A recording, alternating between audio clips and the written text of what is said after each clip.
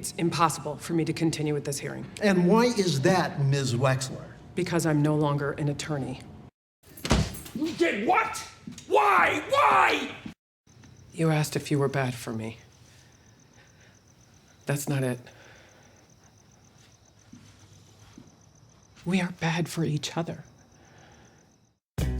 Hey guys, Kiwi here. Warning spoilers for Breaking Bad, El Camino, and Better Call Saul to Season 6, Episode 9. In this video, I'll be breaking down Kim's ultimate decision in Episode 609. Like the video if you end up enjoying it, subscribe to the channel, and follow me on Twitter for more Better Call Saul and Breaking Bad updates. Let's take a breath here. With that being said, let's jump into the breakdown. So at the end of episode 608, Kim looked completely monotone and dead inside due to being so traumatized from the events from the past 2 episodes. Mike told Jimmy and Kim to have a normal day, which is what we saw in the beginning of 609. They got home at the end of the day and couldn't bear to stay in the apartment, with Jimmy instantly starting to pack. He's trying to read the room, literally, and does this in a caring way, but this is also set up for some payoff at the end of the episode. They stay in a hotel room for the night and Jimmy recites Mike's advice. One day we'll wake up and brush our teeth and we'll go to work, and at some point we'll suddenly realize that we haven't thought about it at all. None of it. And that's when we'll know. We'll know we can forget. Thinking that's the proper thing to say, but in reality, Mike didn't know what advice to give Jimmy in Season 5. Well, here's what's going to happen. One day, you're going to wake up, eat your breakfast, brush your teeth, go about your business. And sooner or later, you're going to realize you haven't thought about it. None of it. And that's the moment you realize you can forget. When you know that's possible, it all gets easier. Just said this due to it being what Stacy said about Maddie in a support group meeting back in Season 4. I made French toast for breakfast, and we talked about the self-pasting toothbrush she's making for the science fair. I took her to school and went to work, and then I realized it. I hadn't thought about Maddie all morning, not once. And they weren't just minutes. There were hours that I didn't think about him. And if I can go hours, then why not a whole day? Why not a whole week? I mean, what if I lose the sound of his voice? What if I forget him completely? Clearly, this advice doesn't work for Kim, as we find out at the end of the episode. Again, more foreshadowing for a payoff. Later in the episode, Kim and Jimmy attend Howard's wake, not only to pay respects due to the guilt they must feel in his death, but also to keep up the facade of their innocence to go along with their cover-up story. Due to the guilt, it's incredibly difficult for them to be there, seeing all the happy photos of Howard throughout his life. Fun fact, I believe that most of these photos of Howard were actually taken from Patrick Fabian's Instagram. They speak to Rich, who informs them that HHM will be downsizing to a very small office along with changing their names since all 3 founders are now deceased. HHM is downsizing. Seriously? Yep, they're going to take half a floor downtown, and they're changing their name. Changing their name to what? Brookner Partners? Something like that. Howard's father, Chuck, and now Howard himself have all died, leaving no one to lead Hamlin, and McGill. We've seen HHM run into troubles ever since Chuck died, but now with Howard dead too, it really pins the final nail in the coffin, both metaphorically and literally. They head upstairs to give condolences to Cheryl, who's speaking to Cliff. Cheryl starts accusing Jimmy for messing with Howard, and Jimmy doesn't confirm it, but he doesn't deny it either. Howard told me that you were harassing him. I know he thought that. He told me as well. I think he honestly believed it. You're denying it. Kim can tell that Jimmy's having a hard time responding, so she steps in to cover for him. She tells Cheryl this disgusting lie of seeing Howard doing drugs in his office back when she still worked at HHM. It was about a year and a half ago. I was still an associate here, and I saw a light on in Howard's office, and I was sure the office was empty, so I didn't knock. And Howard was there at his desk, head down, and he was snorting something. She tells Cheryl that she was at HHM late one night and walked into Howard at his office snorting something. She says how awkward it was and that they never spoke of it, but that Kim wishes that she said something. She then leans into Cheryl, saying that Cheryl would know if Howard was into drugs and that she could be wrong. This is a dirty manipulation tactic because Kim knows that Cheryl and Howard were distant due to Howard admitting so during his final monologue in 607. Oh, yeah. Been sleeping in the guest house for the better part of a year. Just one more thing good old Howard has to work through. This makes Cheryl feel guilty for being so distant with Howard and not seeing the quote-unquote signs. Kim gaslighting Cheryl and Cliff with this lie is so horrible because Cheryl and Cliff are the 2 remaining people who truly believed Howard's innocence, and Kim completely crushes that for them. I looked at him. He looked at me. I didn't know what to do, so I just walked out. And the next morning when we saw each other, neither of us said anything about it. I never told anyone. But now I wish I had. This hits Cliff hard because he saw multiple examples of Howard having a drug problem and even confronted him on it. I'm not asking you to respond. I just need you to know that I know. It wasn't me, Cliff. Whoever you think Yeah, you sorry, saw. but that's the kind of thing my son used to say. Howard, there's no harm in asking for help. You got a lot of people in your corner. There were the fake drugs that fell out of Howard's locker in 601, and then Howard's pupils dilated in the mediation meeting. Not only that, but also the prostitutes that confronted them at their lunch in season 5. I don't know you and owe no money to you. That's it. Don't touch her! Along with Cliff witnessing Howard supposedly push Wendy out of his car in season 6. Of course, these were all schemes by Jimmy and Kim, with the drugs in 601 being fake, then drugging Howard for the mediation meeting, along with Jimmy bribing the prostitutes to accost Howard at their lunch in season 5, and then setting up the Wendy scheme in season 6. Cliff doesn't know that though, and although after the mediation meeting he implies that he may believe Howard's innocence, he admitted to Howard that there was nothing they could do to prove to the board that Jimmy was behind everything. I know what it sounds like, but you have to believe me.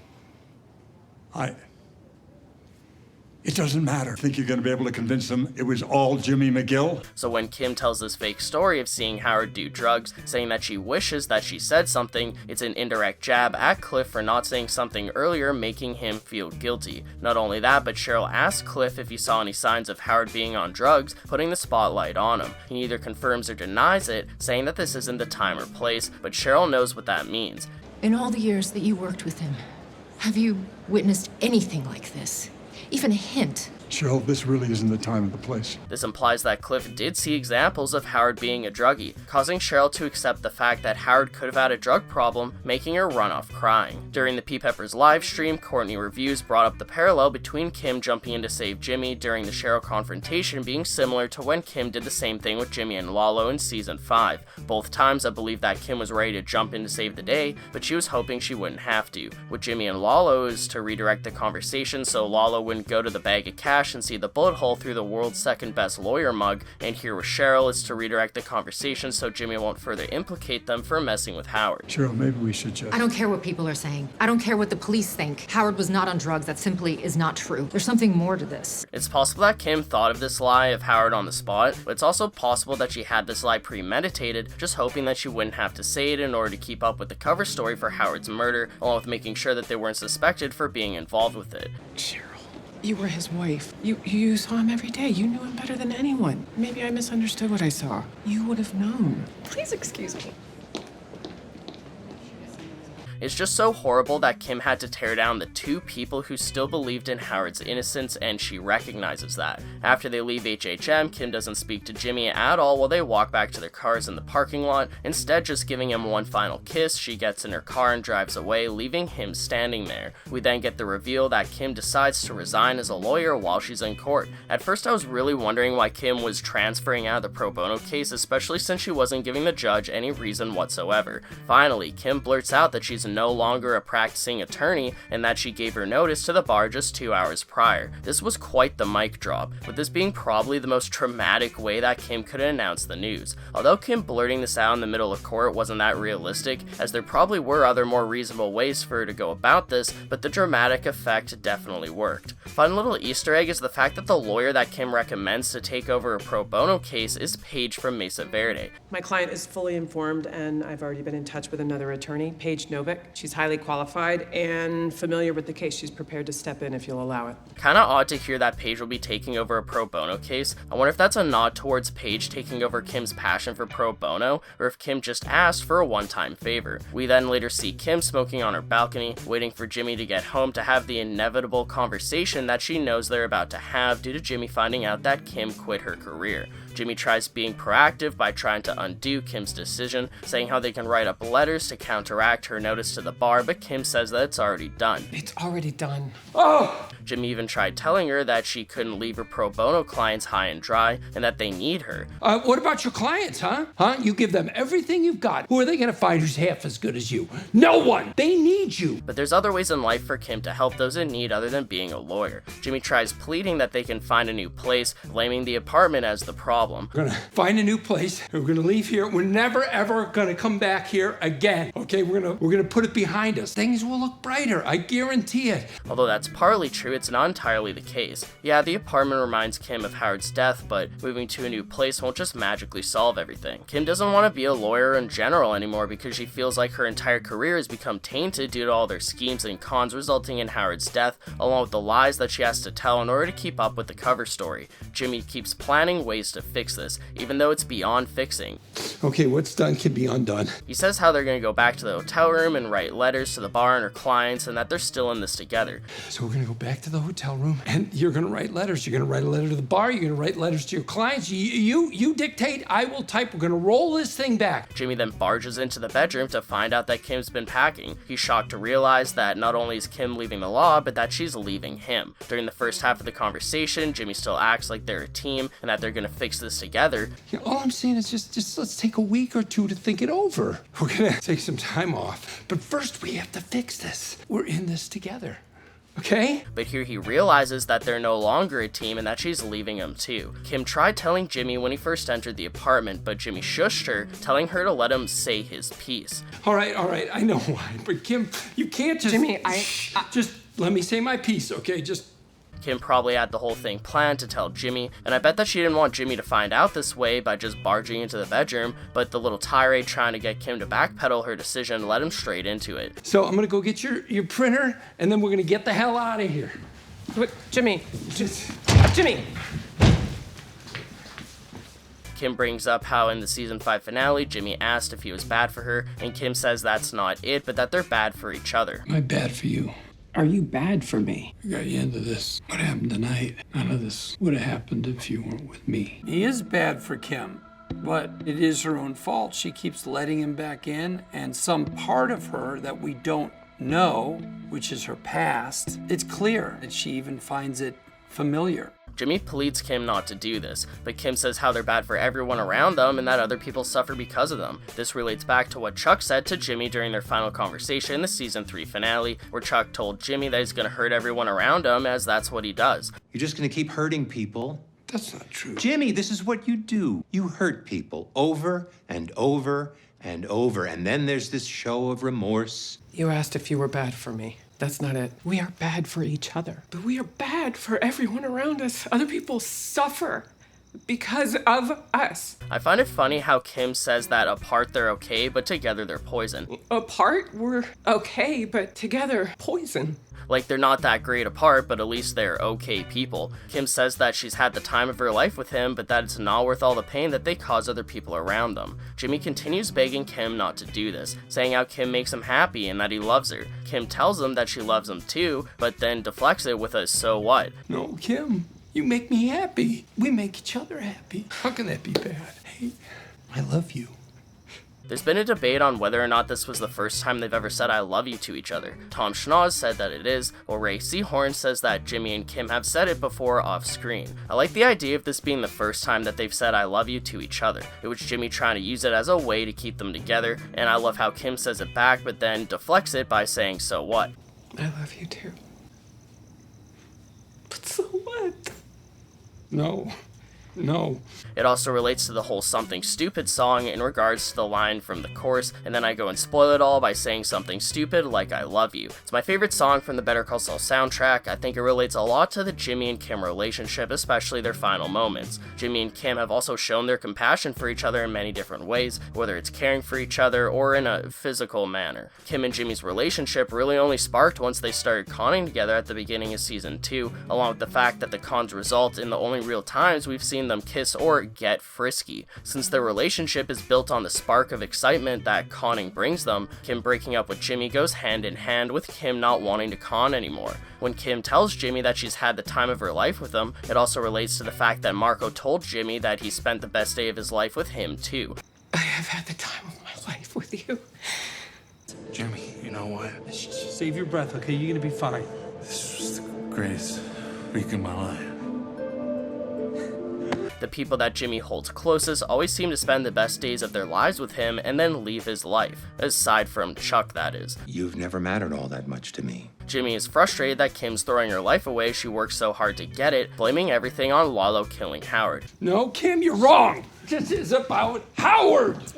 Okay, what happened to him wasn't on us. It wasn't your fault. It wasn't my fault. I love the casual F-bomb when Jimmy yells out about how it's Lalo's fault that Howard died and not theirs. It was that fucking Lalo Salamanca. When Jimmy says that Lalo came back from the dead, Kim admits that she knew that Lalo was still alive. That psychopath came back from the dead and he walked through that door. He did this, not us, him. I knew he was alive. Ever since episodes 604 and 605, when Kim didn't tell Jimmy about how Mike confronted her to tell her that Lalo was still alive, we constantly theorized on when Kim would finally tell Jimmy. Thank God he's dead. Especially during the mid-season break right after seeing Lalo kill Howard. How?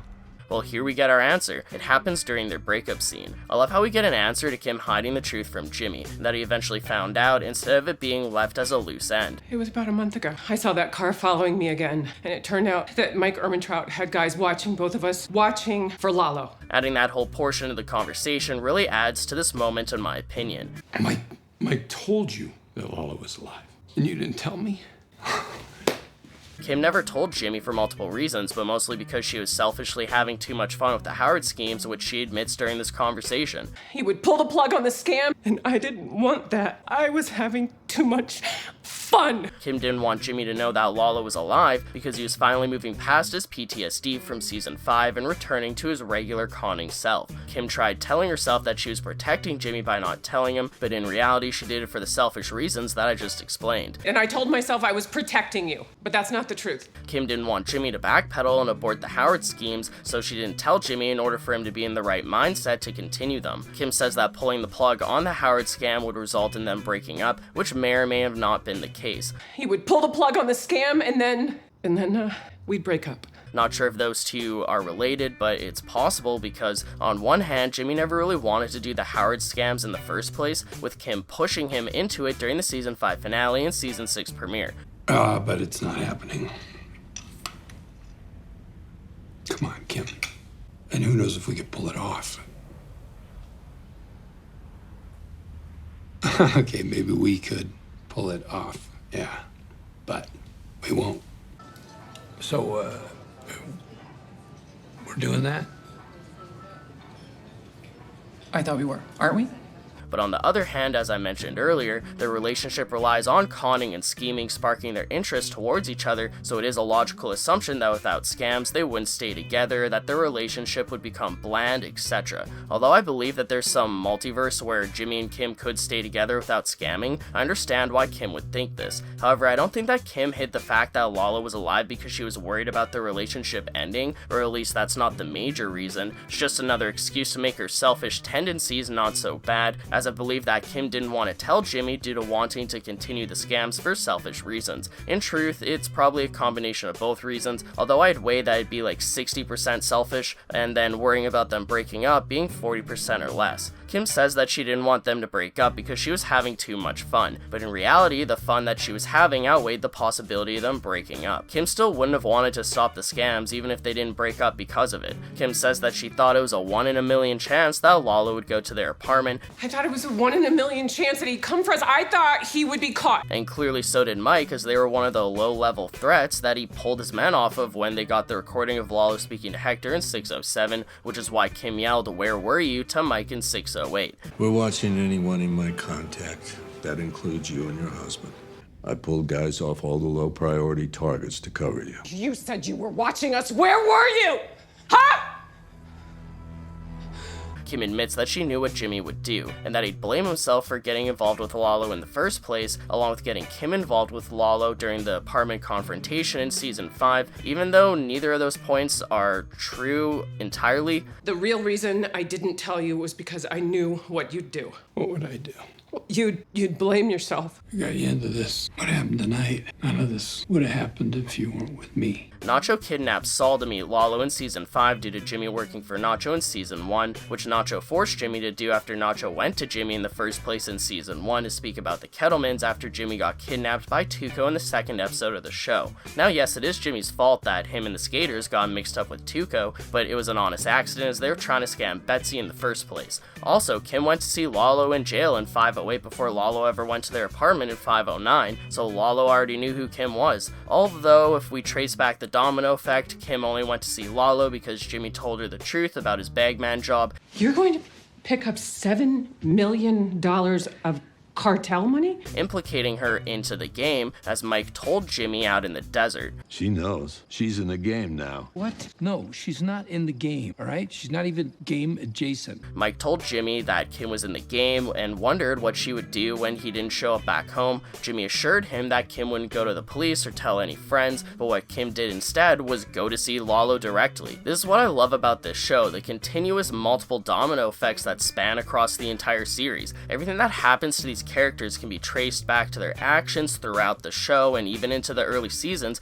creating a huge back and forth debate about who is really at fault for what. But back to 609. Kim also tells Jimmy that he'd want them to run and hide until they were sure they were safe. You'd fear for me? You'd want us to run and hide until you were sure I was safe? In a way, she's right, considering that's exactly what Jimmy did at the beginning of the episode by preemptively packing at the end of the perfect day montage to take them to a motel. That's also what Jimmy did in the season 5 finale when they were scared of Lalo returning, and so Kim knew that he'd want to do that again. Regardless of the multiple rabbit holes of opinions that I just went down, I gotta admit that I give Kim props for finally clearly seeing what she was doing, along with why and how she was being so selfish. For those of you that have been following the channel, you may recall me saying multiple times after episode 607 and throughout the mid-season break that I didn't like Jimmy and Kim as people anymore. Narrowing down that in regards to Kim specifically, I hated her lack of remorse for what they did to Howard throughout season 6, especially during the mediation scheme before Howard was even murdered. The way that they made out and got it on to hearing Cliff deciding to settle Sandpiper was truly sickening. And Howard was right, telling them that they're soulless people who get off on it. You two are soulless. I thought you did it for the money, but now it's so clear. Screw the money. You did it for fun. You get off on it. I didn't know if Kim would be redeemable in my eyes, but here in 609 with Kim admitting to her faults, she really does redeem herself in my opinion. I felt like she took all of her faults that I was upset with her for, she acknowledged them and admitted them, and sincerely felt remorse, whereas she didn't before. I'm so glad that Kim had this moment of clarity and decided to get the hell out of Dodge. During the entire first half of season 6, along with even ever since the season 5 finale when they first got the idea to tear Howard down for the Sandpiper money, Kim had blinders on in regards to the consequences of her actions. She got in way over her head and out of control, until it finally all blew up in her face with Howard's brains being blown out of his head right in front of her. Oh my god! Tom Schnoz, who wrote and directed episode 607, said and confirmed that the meaning behind Howard's death was to open Kim's eyes to the unintended consequences of her actions, and now we know why, and we see that unfolding here at the end of 609. It's so that Kim could realize her wrongdoing and eventually quit the law and break up with Jimmy because of it, while also being able to admit the truth to Jimmy, something that she was even in denial of herself due to having her blinders up until Howard's death. Jimmy remains speechless as Kim walks away crying, going back to packing, which is just a perfectly haunting way to end the Better Call Saul 2004 timeline. So at what moment did Kim exactly decide that she wanted to quit the law and leave Jimmy? In my opinion, it's gotta be right after that horrible lie to Cheryl and Cliff. That was most likely the final straw. She was definitely already considering it when they were in the hotel at the beginning of the episode, but while leaving HHM, that's when she made up her mind for sure. That's why she gave Jimmy that one final kiss and didn't say anything to him, because she knew that they were over in her mind. Not only could Kim not sleep in that apartment the night after their normal day, she never wanted to sleep there again. I don't blame her for finding the apartment tainted. She finds being a lawyer tainted in general, which means that she also finds her life in Albuquerque to be tainted as well. Let me know what you think about Kim and Jimmy's breakup in the comments below. I'd appreciate a like on the video if you've enjoyed anything I've said today. If you're new to the channel, just haven't yet already, subscribe and hit that bell notification to stay updated on when I post new content on Better Call Saul and Breaking Bad. Check out my Patreon or give a super thanks to help support the channel financially. I'd really appreciate it. But most importantly, I thank you all so much for watching. Until next time, I'll talk to you guys later. Peace out. It's already done. Oh!